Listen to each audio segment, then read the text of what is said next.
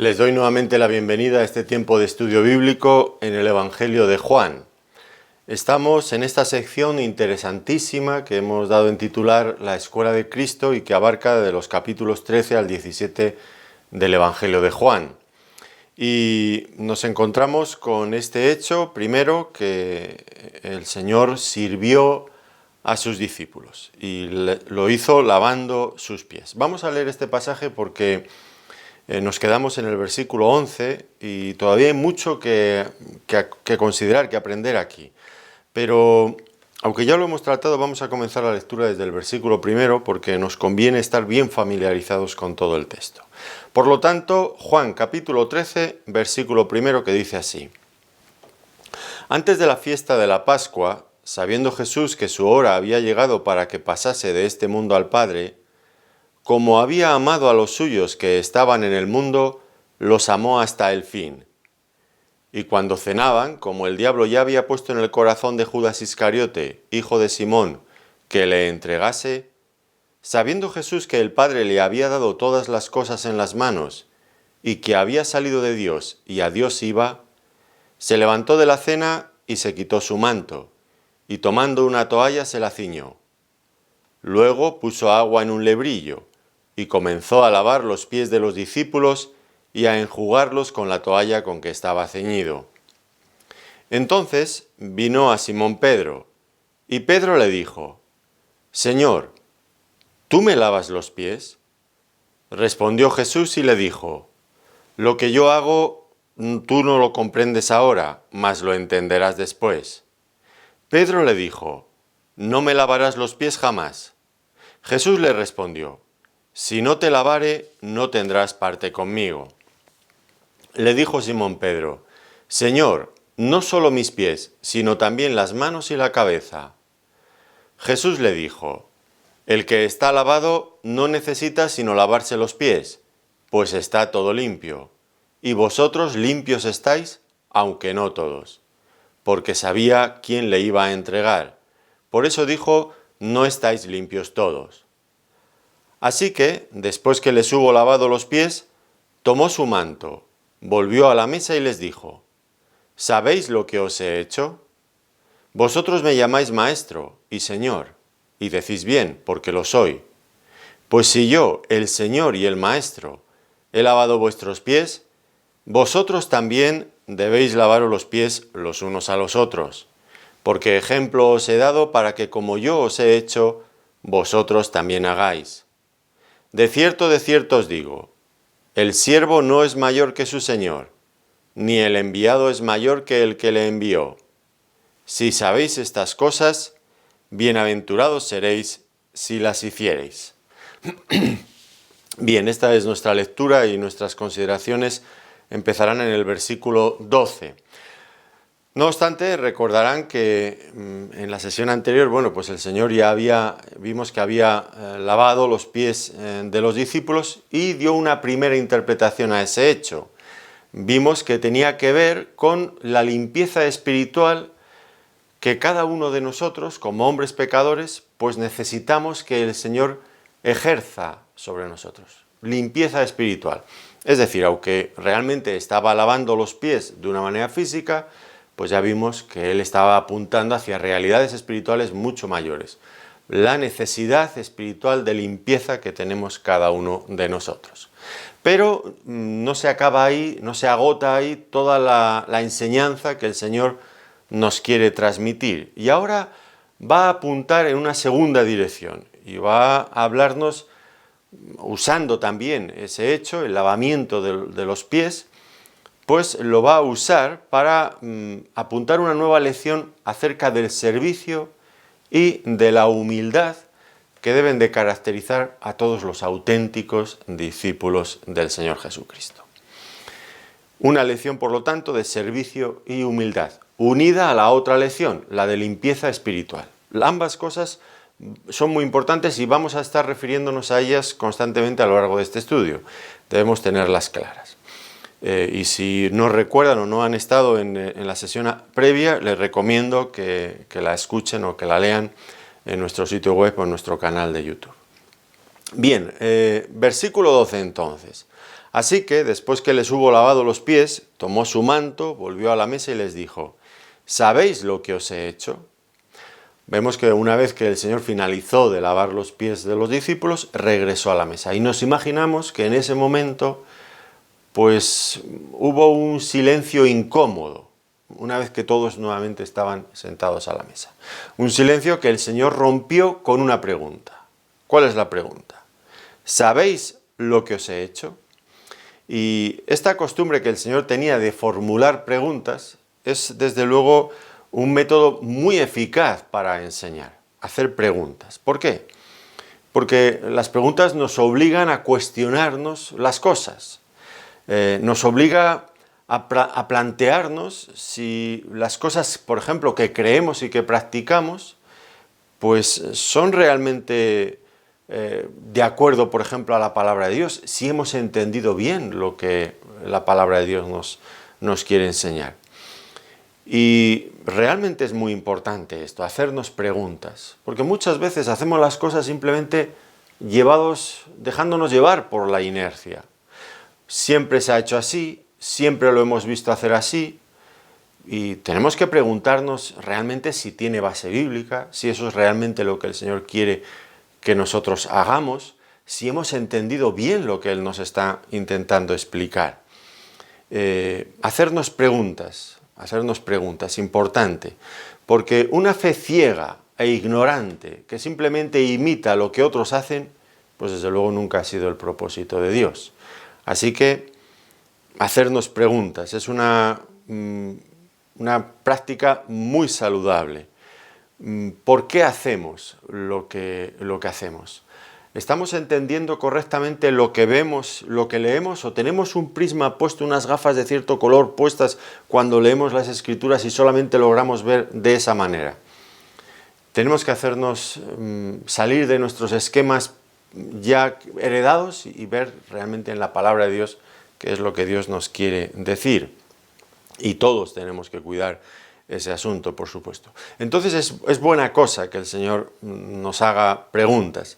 En esta ocasión, pues, una vez más, esta pregunta que el Señor hizo, pues establecía un patrón que ya se ha repetido constantemente en el Evangelio de Juan.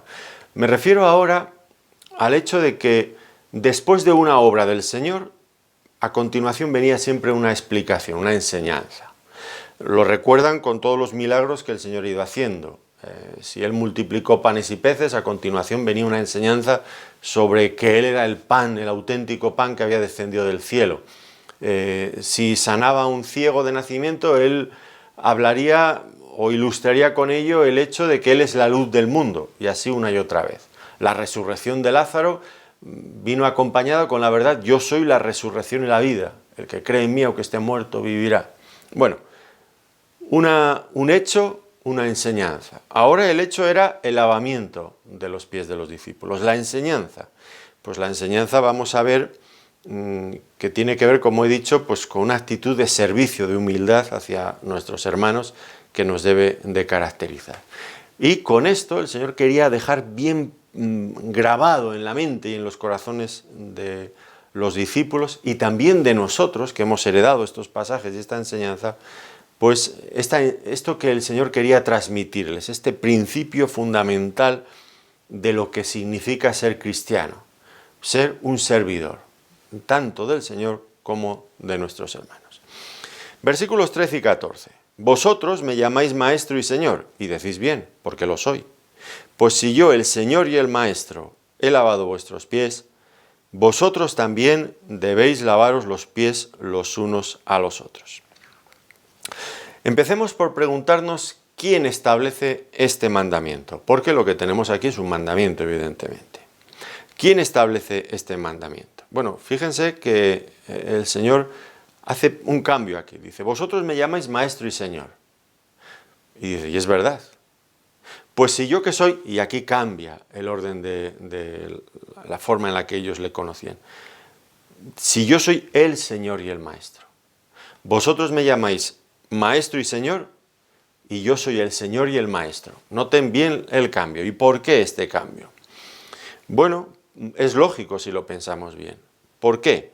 Bueno, porque si Él no tiene el derecho de darnos órdenes, pues no tiene mucho sentido que nos enseñe. Al fin y al cabo, ¿qué propósito hay en que sea maestro y que nos diga cosas muy buenas si no tiene previamente la autoridad para enseñarnos? Y nuestra forma de entender las cosas y de aprender del Señor tiene que seguir también ese mismo orden. Si nosotros primero no le aceptamos como Señor, Él no nos va a enseñar, o lo que nos enseñe no tendrá mucho valor en nuestras vidas. Y esto, pues, creo que fue lo que despertó en cierto momento también la queja del Señor. ¿Por qué me llamáis Señor, Señor, y no hacéis lo que yo os digo? Sí, le llamaban Señor, pero no le reconocían, no le aceptaban realmente en su corazón como Señor. Y eso no servía de nada, porque me llamáis Señor, pero no hacéis lo que yo os digo. En primer lugar, tiene que haber un reconocimiento de corazón de que Él es nuestro Señor, que tiene el derecho de dirigir, de gobernar nuestras vidas. Y entonces es cuando Él se dispone a enseñarnos. En tanto que no le aceptamos como Señor, pues Él lo que nos vaya a enseñar va a ser poco y no nos va a servir de mucho realmente. Entonces, una vez que sí, que tenemos esa actitud correcta hacia Cristo y hacia sus mandamientos, pues Él puede empezar a enseñarnos. Y vamos a ver que aquí nos enseña algo, una lección muy importante. Si yo he lavado vuestros pies, dice, vosotros también debéis lavaros los pies los unos a los otros. Y por lo tanto, ya llegando a una conclusión, ¿cuál es la razón por la que debemos de cumplir este mandamiento hacia nuestros hermanos? ¿Porque nos caen bien? ¿Porque son simpáticos? ¿Por qué? Bueno, pues la razón es esta. Porque Cristo es nuestro Señor y Él nos lo está mandando. Esta es la razón última por la que debemos obedecer esto. Luego más adelante, avanzando un poco más en la noche aquel día, pues veremos que el Señor les enseñó, versículos 34 y 35, les enseñó que también la razón por la que deberían de hacer esto debemos hacer esto hacia nuestros hermanos es por amor a ellos.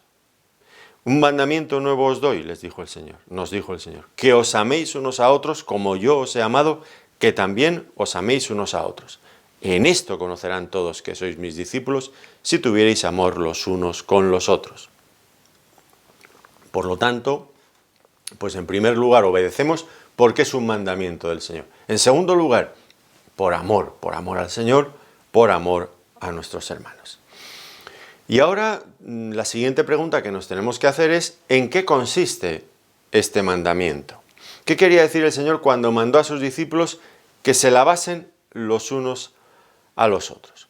Bueno, en primer lugar, quiero enfatizar un asunto, y es que este no es un mandamiento exclusivamente para aquellos discípulos que se encontraban en el aposento alto con el Señor aquella noche. Es un mandamiento para toda la Iglesia, para cada uno de nosotros que nos reconocemos cristianos, seguidores de nuestro Señor Jesucristo.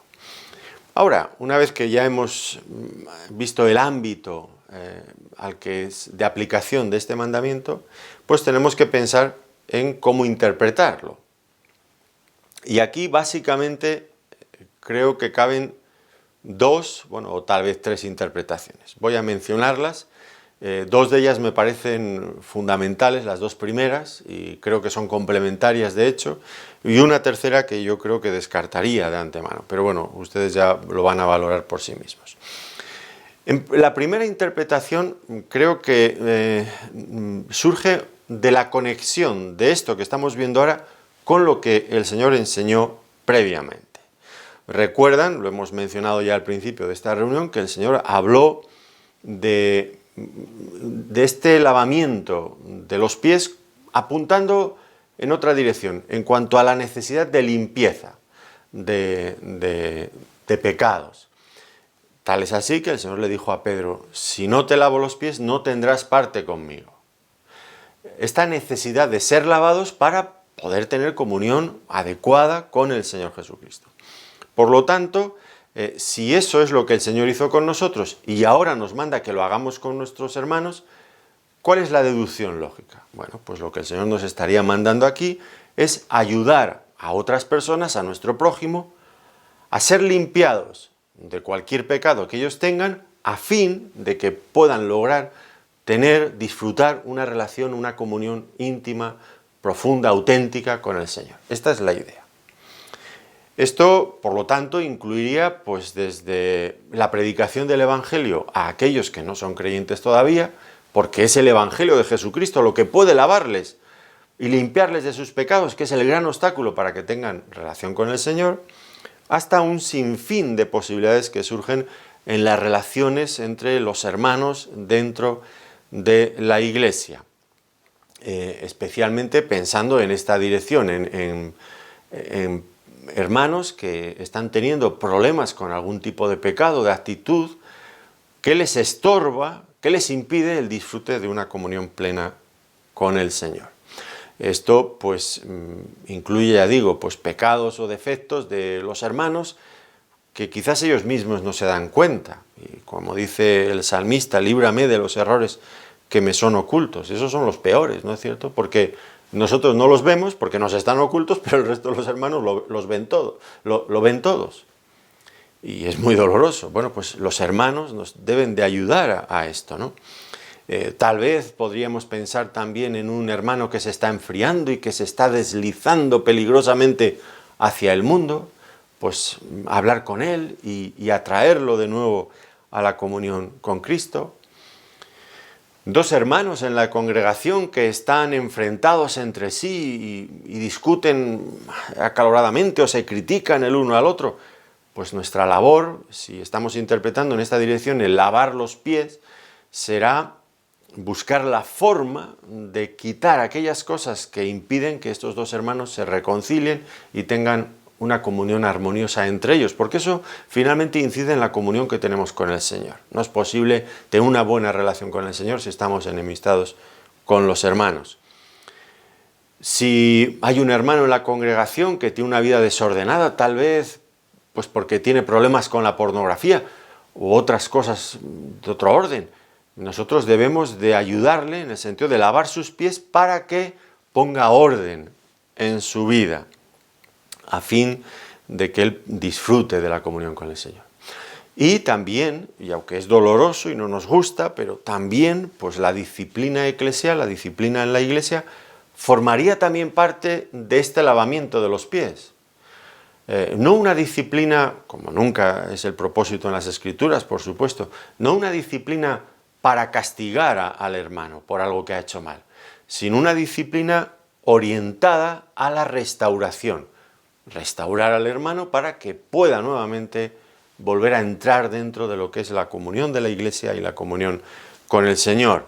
Y siempre, por supuesto, pues hacerlo como el Señor nos ha mandado, un espíritu adecuado. Dice Gálatas capítulo 6, versículo 1, hermanos, si alguno fuere sorprendido en alguna falta, vosotros que sois espirituales, restauradle con espíritu de mansedumbre, considerándote a ti mismo, no sea que tú también seas tentado. Por lo tanto, esta primera interpretación, lavar los pies en el sentido de ayudar a corregir pecados, fallos en los creyentes. Y esto sigue siendo una necesidad urgente en la Iglesia en el día de hoy, porque con cuánta frecuencia nos encontramos con amargura, con murmuraciones, con falta de perdón, divisiones, orgullo, resentimiento, enemistades, discusiones, pleitos, enfrentamientos. Triste todo esto. Cosas que, sin lugar a dudas, pues rompen la comunión con el Señor y también con los otros hermanos. Por lo tanto, debemos de aprender a lavarnos los pies los unos a los otros. Por supuesto, como acabamos de leer en Gálatas en el capítulo 6, comenzando con nosotros mismos, mirando que nosotros nos hayamos lavado adecuadamente. Como el Señor dijo en otra ocasión, recuerdan en Mateo capítulo 7, versículos 3 al 5, ¿cómo vas a quitarle la paja que tiene en el ojo tu hermano si tú andas con una viga atravesada en el tuyo, que cada vez que te mueves vas golpeándolo todo? Dice, quita primero la paja de tu ojo y luego ya, la viga de tu ojo y luego ya podrás quitar la paja del ojo de tu hermano, ¿no? esta incongruencia, ¿no? Que nosotros veamos las faltas de otros y no seamos capaces de apreciar las nuestras. Sería incoherente, tenemos que empezar siempre por nosotros mismos. Por lo tanto, esa sería la primera interpretación de este mandamiento: lavaros los pies los unos a los otros. Ayudar a corregir espiritualmente a los hermanos que tienen problemas con el pecado. La segunda interpretación, pues creo que es complementaria a la anterior, debemos de entenderlo como una exhortación a la humildad y al servicio hacia los demás. Servicio humilde hacia los demás. En aquellos días, pues en aquel tipo de sociedad, esta práctica de lavar los pies a las personas era realmente muy necesaria, porque, bueno, calzado abierto, calles sin asfaltar, pues polvorientas, bueno, pues era una forma práctica de servicio.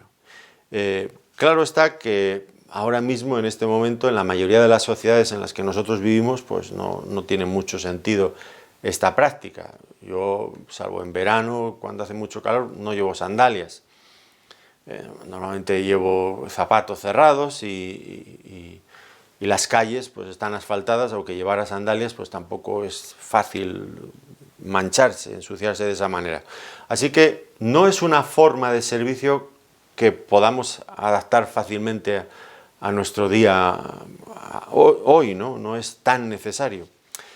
Y pues creo que lo que debemos de enfatizar, y es de hecho lo que el Señor está enfatizando, es el principio. De hecho, un poco más adelante el Señor dice: como yo os he hecho, poniendo quizás el acento no tanto en repetir lo que Él ha hecho de lavar los pies, sino en el espíritu que movía al Señor frente a sus discípulos. Esa actitud de servicio humilde hacia ellos.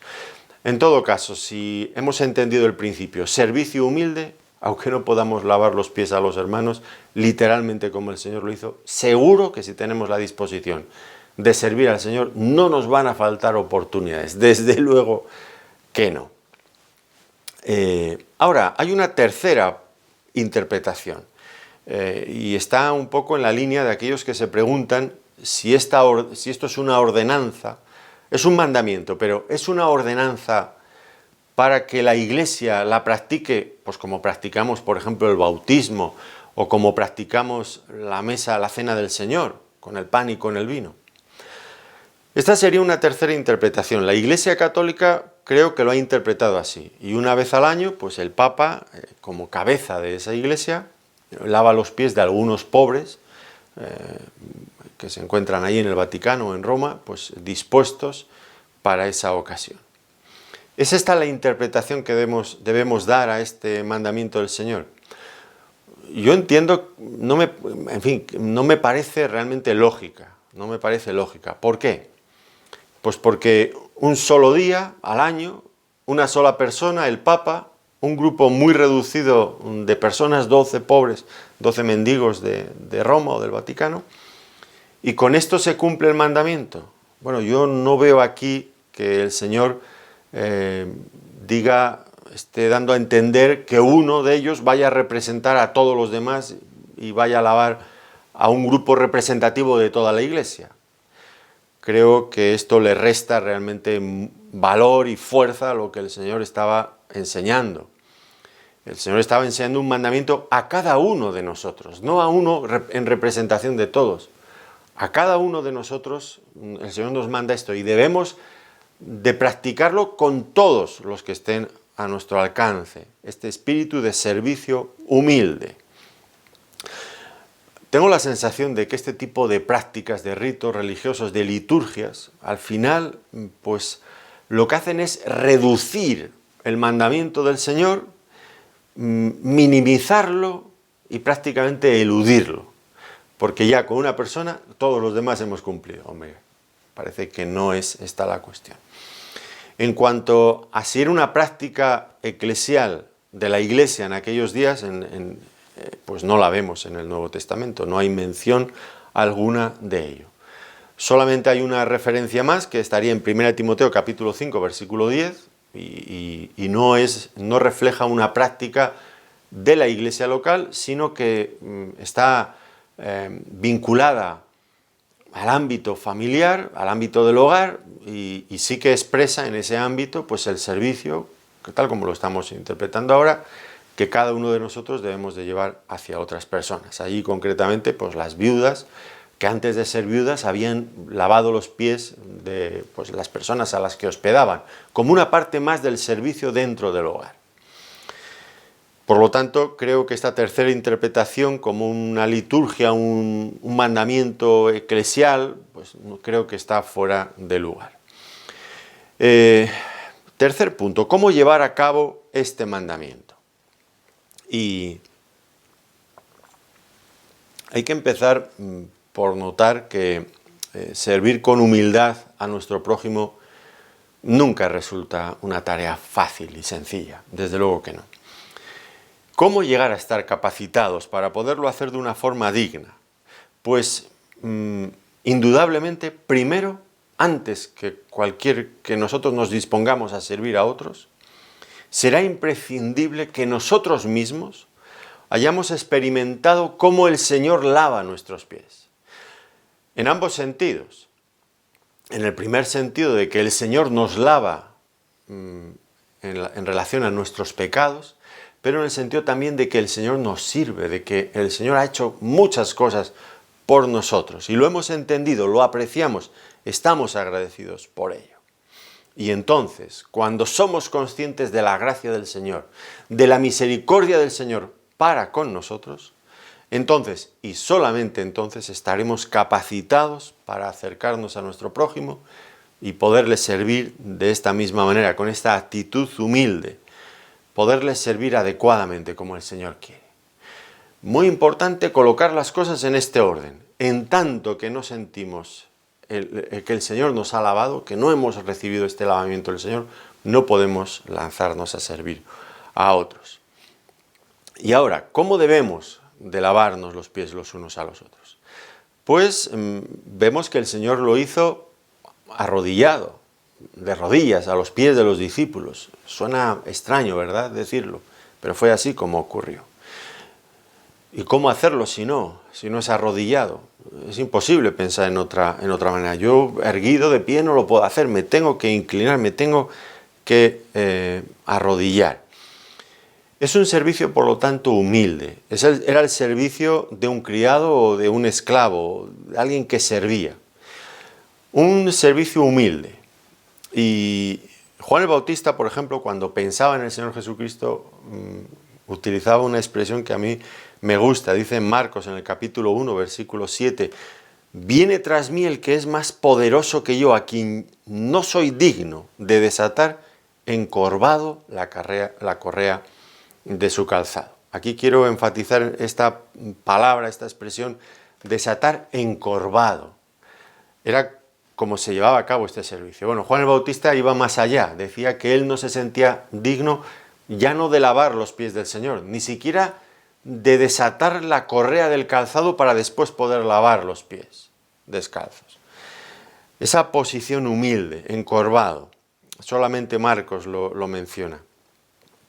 Esa misma actitud, recuerdan ustedes, de Abigail, la que llegó a ser mujer del rey David. Dice ella que se levantó e inclinó su rostro a tierra diciendo: «He aquí tu sierva, que será una sierva para lavar los pies de los siervos de mi Señor». Lo pueden encontrar en 1 Samuel capítulo 25, versículo 41. Servir humillados ante nuestros hermanos. Y es que al servir a nuestro prójimo, pues debemos de estimarlos como superiores a nosotros mismos y actuar con humildad frente a ellos. Esto es algo que no nos gusta, que nuestro viejo hombre se rebela contra esta idea. Considerar a los demás como superiores a nosotros mismos. Pero miren que no solamente el Señor, también sus apóstoles insistían en esta cuestión. Filipenses capítulo 2, versículo 3. «Nada hagáis por contienda o por vanagloria, antes bien con humildad, estimando cada uno a los demás como superiores a él mismo». considerando cada uno a los demás como superiores a nosotros mismos. Viene en relación con esto, servimos de rodillas, no literalmente, pero sí en espíritu. Esa humildad nos debe de caracterizar. Seguimos pensando en esta cuestión, cómo llevar a cabo este mandamiento de lavar los pies a los hermanos. Alguien ha dicho que cuando lavamos los pies de los hermanos debemos de usar agua. Y debemos de usar agua de una manera adecuada, no demasiado caliente, hirviendo, porque eso quemaría a nuestro hermano, pero tampoco helada, porque eso también sería igualmente inadecuado. Y esto nos recuerda, hermanos, que cuando van a lavar los pies, en ese primer sentido de limpieza moral, de limpieza espiritual, pues utilizan agua hirviendo, son muy fogosos, en fin, hablan con un lenguaje casi incendiario, que queman los ánimos de cualquiera. Y eso, pues desde luego, pues no es muy adecuado. Otros, en cambio, son fríos, como el hielo, y dejan a los hermanos helados, carentes de amor, carentes de empatía, carentes de cariño. Pues tampoco es eso. El agua tiene que estar en su punto. Y hay que usar agua también. Decía este hermano que hay otros que se proponen lavar los pies de los discípulos, de los hermanos, sin agua, a base de raspar y rascar, de rascar y rascar. Sí, al final, desde luego que quitan la impureza, pero producen heridas. Y son estos hermanos que no tienen ningún tipo de gracia, que no tienen ningún tipo de amor, de misericordia, que rascan y rascan, sacan todo lo malo, pero producen heridas al hermano, heridas que algunas veces pues, que son permanentes, ¿no? Y es doloroso. Por lo tanto, debemos de hacerlo con cuidado, hacerlo de manera adecuada. ¿Y qué medios debemos de usar para lavar a nuestros hermanos? En este primer sentido de limpieza espiritual. Bueno, pues debemos de fundamentalmente usar la palabra de Dios, junto con la oración. La palabra de Dios porque tiene la convicción, la capacidad de convencer a la persona de sus pecados. Y además porque debemos de justificar realmente nuestra exhortación. Si yo estoy exhortando a un hermano para que se limpie de determinado pecado, tendré que justificar realmente que es la voluntad de Dios, que no son manías mías o que son prejuicios o ideas que yo tengo, sino que se corresponde exactamente con lo que la palabra de Dios dice. Porque hay hermanos que, bueno, pues nos quieren hacer como ellos son, pero no como la palabra es, o como la palabra nos enseña. Por lo tanto, tiene que haber una coherencia, la palabra de Dios. Lo que decimos tiene que estar en sintonía con la palabra y debemos de confiar en el poder que tiene la palabra para convencer al hermano de su necesidad. Y al mismo tiempo debemos de regar nuestras exhortaciones y todo lo que le podamos decir al hermano con nuestra oración privada a su favor delante del trono de la gracia. Por lo tanto, esta sería la manera en la que debemos de lavarnos. Otra pregunta más es ¿por qué no nos lavamos los pies los unos a los otros con más frecuencia? Y creo que es un hecho, y es un hecho triste de reconocer, que no nos lavamos con la frecuencia que deberíamos. En este primer sentido en el que he estado hablando, de limpieza espiritual, de lavarnos, ayudarnos espiritualmente los unos a los otros, pues la cuestión no es tanto que ignoremos las imperfecciones, los defectos de otros, de nuestros hermanos, pero desgraciadamente hay en nuestro corazón ese deseo malo, que en lugar de enfrentar el asunto con el hermano para ayudarle, preferimos callarnos con él, pero a sus espaldas criticarlo, divulgar sus faltas, entre otros, en lugar de ayudarles a corregirlas. Esto es un pecado dentro de las iglesias, la murmuración, la crítica.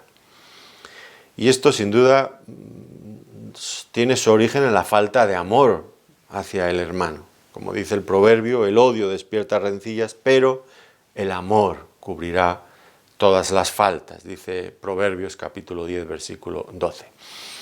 Ahora, hay otros factores, seguramente, que nos retraen de cumplir este mandamiento del Señor. Pensamos que tal vez en un mundo tan individualista como este en el que vivimos, el nuestro, pues nuestra preocupación por otros, que yo vaya a un hermano y le hable de cosas personales de su vida, pues puede ser interpretado por él de una forma ofensiva, como si yo fuera un entrometido. Cuando eso es una actitud incorrecta, porque claro, para cumplir el mandamiento del Señor de lavar los pies a nuestros hermanos, los hermanos nos tenemos que dejar lavar los pies por otro. De tal modo que si un hermano viene con estas intenciones sanas, nosotros le deberíamos de recibir, porque está siendo enviado por el Señor a ayudarnos en nuestro caminar espiritual. Eso por un lado. Por otro lado, el hermano que no nos permite que le lavemos, como Pedro, ¿no? Señor, no me lavarás. Bueno, pues hay hermanos así, en otros sentidos, ¿verdad? Nosotros podemos estar preocupados por un hermano al que vemos que anda mal espiritualmente y nos acercamos con todo el cariño, hermano, ¿cómo estás? Y el hermano nos dice, bien, muy bien, perfectamente, maravillosamente. ¿Qué hacemos? Nosotros estamos convencidos, le estamos viendo, tenemos las evidencias, pero él lo niega todo y se cierra en banda, no nos deja entrar a poder ayudarle, pues es imposible, es imposible. Así que, bueno, pues a veces pueden surgir por ambas cosas, ¿no? Porque tengamos miedo de que interpreten nuestra actitud como entrometimiento o pues porque el hermano no nos deje. Eso en el primer sentido, lavar los pies espiritualmente. En el segundo sentido, en el sentido de servir a los hermanos humildemente en un abanico enorme de posibilidades de servicio hacia los hermanos, pues también encontramos otras dificultades. La más grande quizás es este concepto de siervo, de servir, de servicio, que están, en fin, en nuestro mundo moderno están tan desacreditados. Servicio se asocia con debilidad, con fracaso. Las personas que se dedican al servicio en nuestra sociedad, pues son personas, interpreta el mundo, que no tienen estudios, que no han logrado nada mejor, en fin, que no, lo digo tal como el mundo lo interpreta, por favor, no me malinterpreten. Personas que no tienen otras posibilidades en la vida y nosotros, pues, no vamos a servir a nuestro prójimo porque no queremos que nos identifiquen con ese tipo de personas. Podría ser un posible planteamiento. Ya digo, por un lado lo mal visto que está en el mundo, el servicio. Por otro lado nuestro propio orgullo, que ese sí que es malo y ese sí que es peor todavía, ¿no? Pues nuestro orgullo nos lleva en la dirección opuesta, no servir, sino pues reclamar reconocimiento de lo que somos, de nuestra dignidad, de nuestra posición, de nuestros derechos. Yo diría, he oído en alguna ocasión, de ninguna manera voy a realizar esa tarea que está por debajo de mi dignidad. Reclamamos nuestros derechos y luchamos por escalar posiciones para cada vez estar más alto. No queremos estar por debajo de nadie, queremos que los demás estén por debajo de nosotros. Buscamos puestos de eminencia, queremos personas subordinadas debajo de nosotros. Y si no nos dan todos los derechos que nosotros creemos que tenemos y no nos tratan con la dignidad que esperamos, pues automáticamente nos irritamos y buscamos la forma, pues, de que los demás restablezcan lo que nosotros creemos que nos merecemos. Que nos den nuestro prestigio, que nos reconozcan nuestra dignidad, nuestros derechos. Qué triste, ¿verdad? Pero ese es nuestro orgullo. Siempre apunta en la misma dirección. Lo más grave del asunto es cuando eso, que es cotidiano en el mundo, llega a ocurrir también en la Iglesia y desgraciadamente ocurre. Personas, hermanos, buscando vamos a llamarle así, los cargos de prestigio dentro de las iglesias y despreciando o esquivando aquellas otras tareas más humildes. Pues es triste, pero es desgraciadamente lo que ocurre a veces. Hay personas, hermanos, que, bueno, pues predicar, llamar, en fin, colocarse en un púlpito y llamar la atención, que todo el mundo les mire, pues esto les gusta, pero realizar otro tipo de tareas más sencillas, pues quizás no son para él. no son para ellos, piensan. Por lo tanto, eso sería una de las razones por las que no servimos, porque ni en la sociedad está bien visto, ni nuestro corazón está estimulado a eso. Nuestro orgullo nos lo impide. Y, por otro lado, pues en una sociedad como la nuestra, hedonista, que buscan el placer, el bienestar, la comodidad, pues conceptos como el de servicio, que vienen aparejados con sacrificio, con incomodidad, nadie los quiere, nadie quiere esto. Si trabajamos es porque nos pagan y porque no nos queda otro remedio, pero cuando ya por fin acaba nuestra jornada laboral, por ejemplo en la iglesia, yo no voy allí para servir, yo voy para que me lo pongan todo a mesa puesta, ¿no? A disfrutar del servicio, a ver qué han preparado para mí este domingo o el día que yo vaya, a ver si el pastor está inspirado hoy y me hace sonreír y me gusta o me hace sentir algo y voy a ver qué han preparado para mí, pero yo allí voy a que me sirvan, yo no voy a servir, no, ya trabajo mucho, no. Y por eso, porque el servicio implica incomodidad, pues no nos gusta. En quinto lugar quiero subrayar un punto que quizás pues no parezca muy relacionado en este momento, pero viéndolo desde una perspectiva más general debemos entender que lo está. Tiene que ver con que la santidad implica servicio. Cuando empezamos esta sección, pues dijimos que uno de los temas más importantes que el Señor iba a tratar en el aposento alto con sus discípulos iba a ser precisamente el de la santidad. Y aquí vemos que la santidad, que es el tema de fondo, pues la santidad implica servicio. No se trata la santidad simplemente de una doctrina para ser estudiada intelectualmente, no. Tiene que afectar a nuestra práctica diaria. Tiene que ver también con nuestra voluntad, tiene que ver con nuestro corazón hacia otras personas. No es posible la santidad en solitario. La santidad implica servicio a los demás. Y por eso, pues esas personas, esos creyentes teóricos, que dicen, no, yo no voy a la iglesia porque yo en mi casa estoy muy bien, yo allí leo la Biblia y lloro. Nunca será santo. El que piensa así nunca será santo. Claro, si es porque estamos en medio de una pandemia y no se puede ir a la iglesia y hay que, bueno, pues eso es otro tema. Pero siempre hay recursos, hay formas, ¿no?, de buscar soluciones. Pero en todo caso, hablo de una situación de cierta normalidad.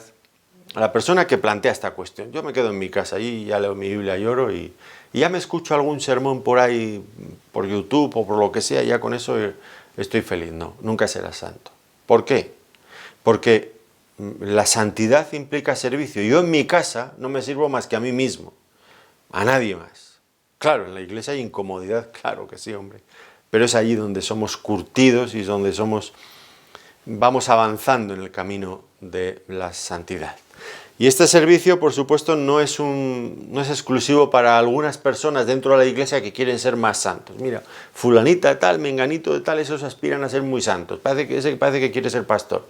Pues ese que se esfuerce en servir, porque ese sí.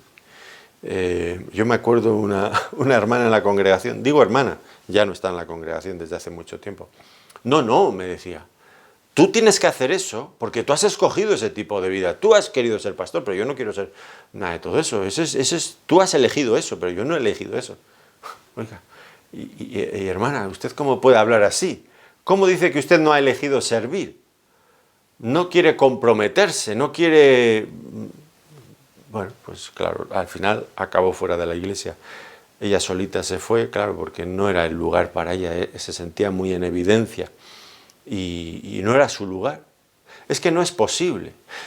Este servicio es para cada creyente, no para el pastor, no para los diáconos, no para los ancianos de la congregación, no. Y tal vez en este momento pues podríamos mencionar infinidad de anécdotas de servicio, de personas que han servido en la historia de la humanidad y han dejado huella dentro de la iglesia del Señor. No voy a mencionar ninguna de esas ocasiones, y hay muchas sin lugar a dudas. Y no lo voy a hacer porque tal vez eso podría crear confusión, como que el servicio es para personas llamadas a grandes obras, a grandes ministerios. No, porque la mayoría de nosotros pues vivimos vidas muy normalitas, ¿verdad? Pero también somos llamados a servir al Señor y a servir a nuestro prójimo, a servir en nuestros hogares, a servir en nuestros puestos de trabajo, a servir en nuestras iglesias, a servir allí donde el Señor nos haya colocado. Esto es lo que debemos hacer, lavar los pies de nuestros hermanos, de los demás. Y continúa el Señor, versículo 15, dice, porque ejemplo os he dado, para que como yo os he hecho, vosotros también hagáis. Hemos dicho que servir a los demás no es fácil. ¿De dónde sacar las fuerzas para perseverar en este servicio santo? Bueno, pues nuestra mayor fuente de inspiración indudablemente ha de ser el Señor Jesucristo. Mirando al Señor, desaparecen todos esos inconvenientes que hemos mencionado anteriormente. Es verdad, hemos dicho, que el mundo, que nuestro propio corazón desprecian este concepto de servicio. Lo ven como propio de personas pues, que no valen para otra cosa. Pero ahora notemos bien que el Señor asumió precisamente esta posición de siervo. Por lo tanto, queda fuera toda la idea de indignidad o de pobreza en el servicio. No servimos porque no valemos para otra cosa. Ya recuerdan ustedes que el Señor, antes de estas palabras, dijo el Padre, sabiendo el Hijo que el Padre le había dado todas las cosas en sus manos. ¿Qué implicaba todas las cosas en las manos de Cristo? Pues todo, absolutamente todo. Ya hemos dicho, no deje usted nada fuera. Por lo tanto, el Señor no servía porque no valía para otra cosa, tal como a veces el mundo interpreta. No, si lo tenía todo en sus manos. Es el Rey de Reyes y el Señor de Señores. Por lo tanto, no podemos decir que nosotros no servimos porque eso es una cuestión indigna de nuestra categoría. Pero ¿cómo vamos a decir eso? ¿Qué barbaridad es esa cuando consideramos que el Señor Jesucristo, el Rey del cielo, vino a este mundo para servir y para dar su vida por los hombres pecadores?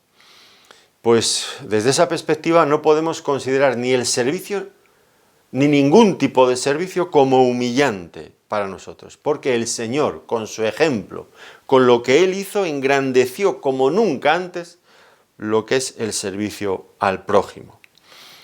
Y Él dijo que la verdadera grandeza, fíjense cómo cambia el Señor todas las cosas. El Señor, como alguien ha titulado, contracultura cristiana. Es que el Señor nos enseña una cultura que va contra la cultura de este mundo, es la cultura cristiana.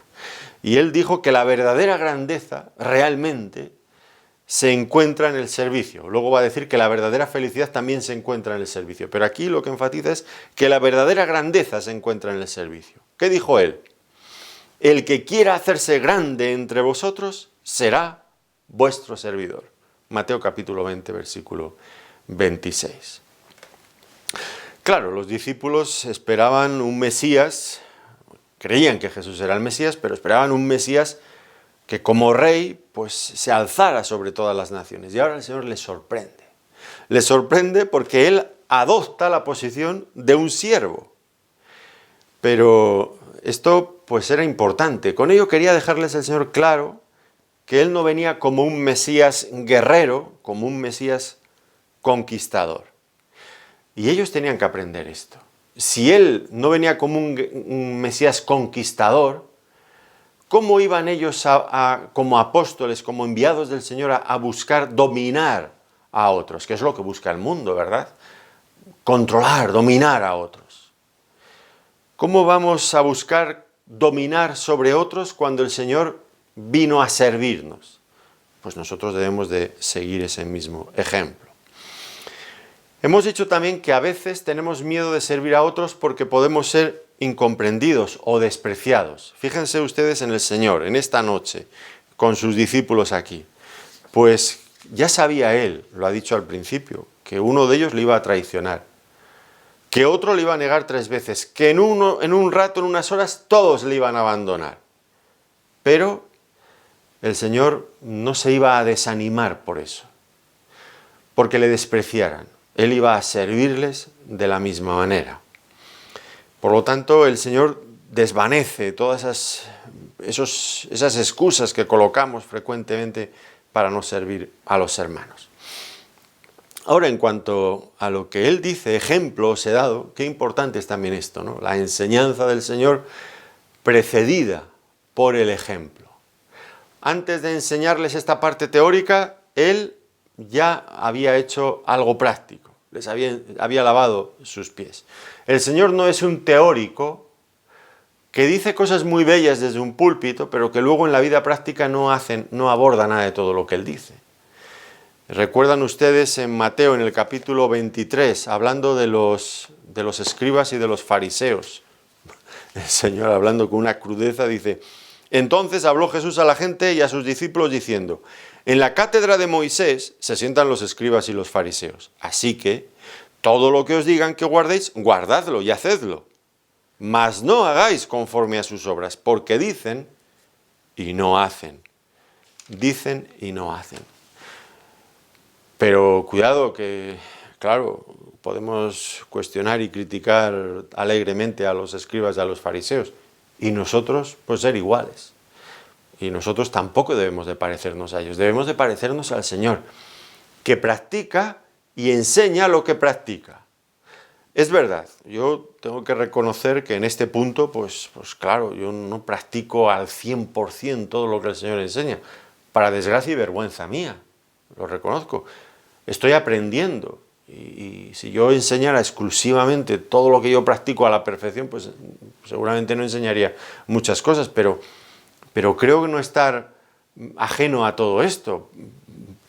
Quizás seguro no lo consigo como debiera, pero estoy aprendiendo como todos mis hermanos y me estimulo a mí mismo con la palabra del Señor, intento estimular a otros. Desde luego el ejemplo supremo es el de Cristo. Pero nosotros tampoco debemos de ser unos teóricos alejados de la realidad, que hablamos muy bonito pero que no hacemos nada. No es esa la cuestión. Esto no le agrada al Señor.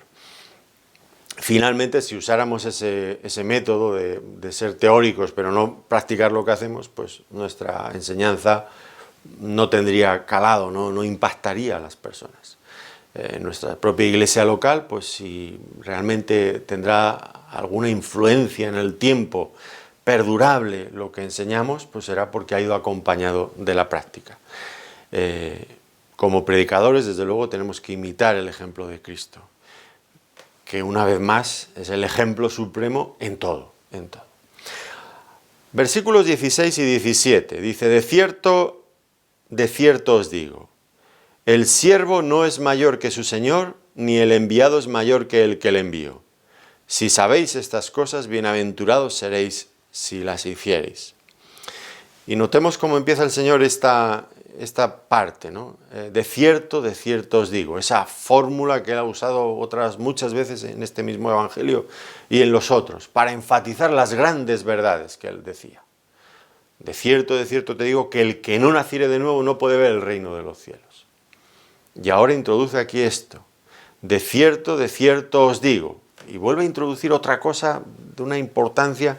Creo que la forma en la que la introduce, pues quiere ya captar nuestra atención para que le prestemos toda la atención. El siervo no es mayor que su Señor, ni el enviado es mayor que el que lo envió. Si sabéis estas cosas, bienaventurados seréis si las hiciereis. Ahora, ¿por qué tanta insistencia? ¿Por qué tanto énfasis? Bueno, porque el Señor no quería que sus apóstoles olvidaran en ningún momento esta importante lección. Y la iban a necesitar, claro que la iban a necesitar. La iban a necesitar inmediatamente en su próximo ministerio. Con cuánta facilidad ellos, con este privilegio, con este honor que el Señor les había dado de ser apóstoles de Jesucristo, podrían ir por el mundo, pues, en fin, pensando que tenían esa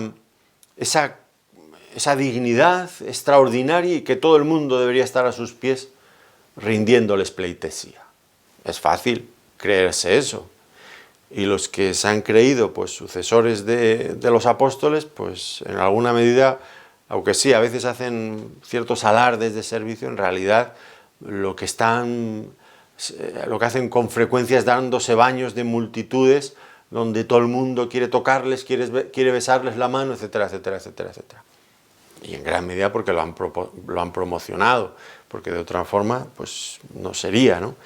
Bueno, es fácil caer en esa tentación. ¿Cómo librarse de ella? Pues los apóstoles lo recordarían fácilmente cuando ellos volvieran de alguna manera en sus recuerdos, en su memoria, a sentir el tacto del Señor lavando sus pies. Eso, sin lugar a dudas, sería un recordatorio punzante de su deber de ser humildes y de servir a los demás. De esa manera serían librados de la tentación. Por lo tanto, el Señor está insistiendo mucho en todo eso, porque ellos nunca deberían de llegar a sentirse tan importantes como que ya pues no pudieran realizar tareas humildes o sentirse superiores a los demás. Yo, en fin, en un lugar una vez visité un sitio, tenía yo que predicar, y hubo una actitud que me pareció muy extraña, ¿no? Algunos que venían de otro lugar, de otro país, que eran pastores, pues, en fin, llegaban siempre tarde a las reuniones. Lo primero que hacían es, cuando ya estaba todo el mundo reunido, pasaban por la fila central, se ponían de rodillas al lado del predicador, y después se sentaban en la parte frontal donde todo el mundo los podía ver. Tenían un poder adquisitivo mucho mayor, no estaban con el resto de nosotros, estaban en hoteles muy costosos, vestían de forma muy cara, etcétera, etcétera. No comían tampoco con nosotros, no esperaban la fila para que les dieran de comer, bueno, nada de todo esto, nada de todo esto. Me pareció tan extraño.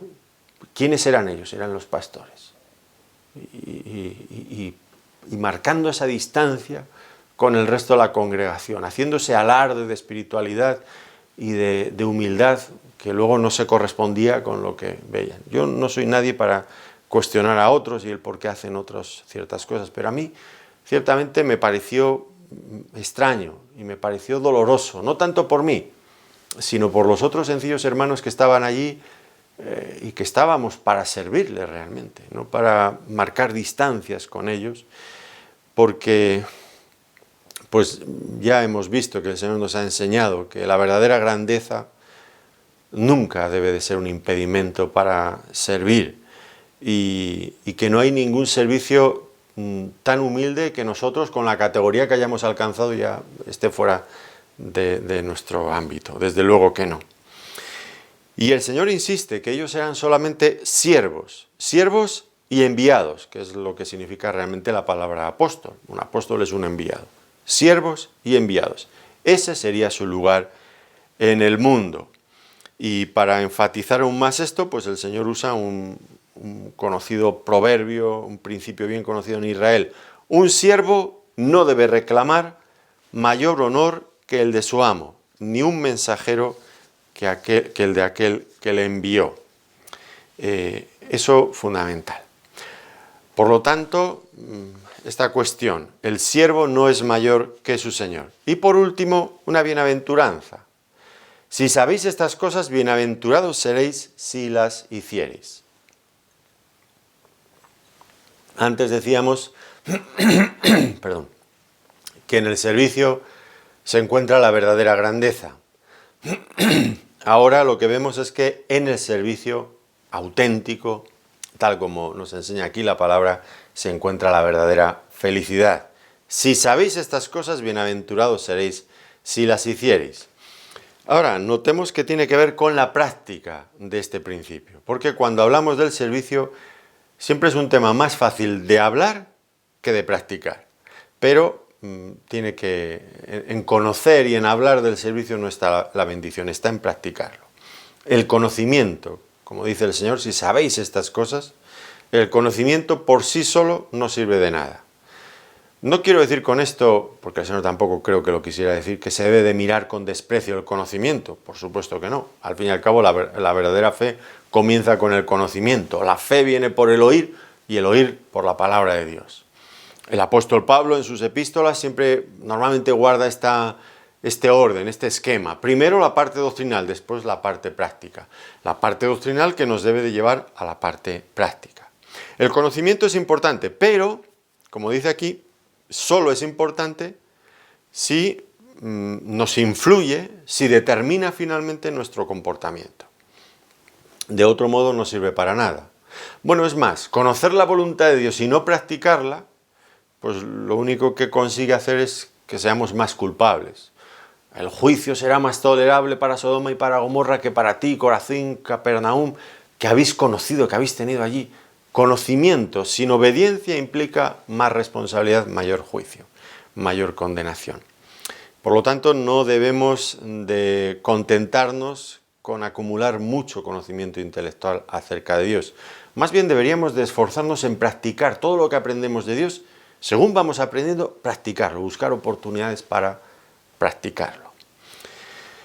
Se hace mucho énfasis a veces en la sana doctrina, y yo no voy a discutir que eso es importante, por supuesto que lo es. Pero miren bien, la sana doctrina, en lo que se hace tanto énfasis, la sana doctrina sin el amor, sin el servicio, sin el amor que se manifiesta en el servicio, pues es inservible a los ojos de Dios, es inservible. ¿Recuerdan ustedes la carta que el Señor escribió en Apocalipsis a la iglesia en Éfeso? Está en el capítulo 3, creo que a partir del versículo 1. Dice a la iglesia en Éfeso: tienes cosas muy buenas, no te has apartado de la doctrina, mantienes la doctrina. Dice, pero tengo contra ti una cosa, y es que has perdido tu primer amor. Y eso era abominable para el Señor. Una iglesia con muy sana doctrina, pero que sin el amor del Señor. El Señor no lo podía tolerar. Tengo contra ti esto, has perdido el amor.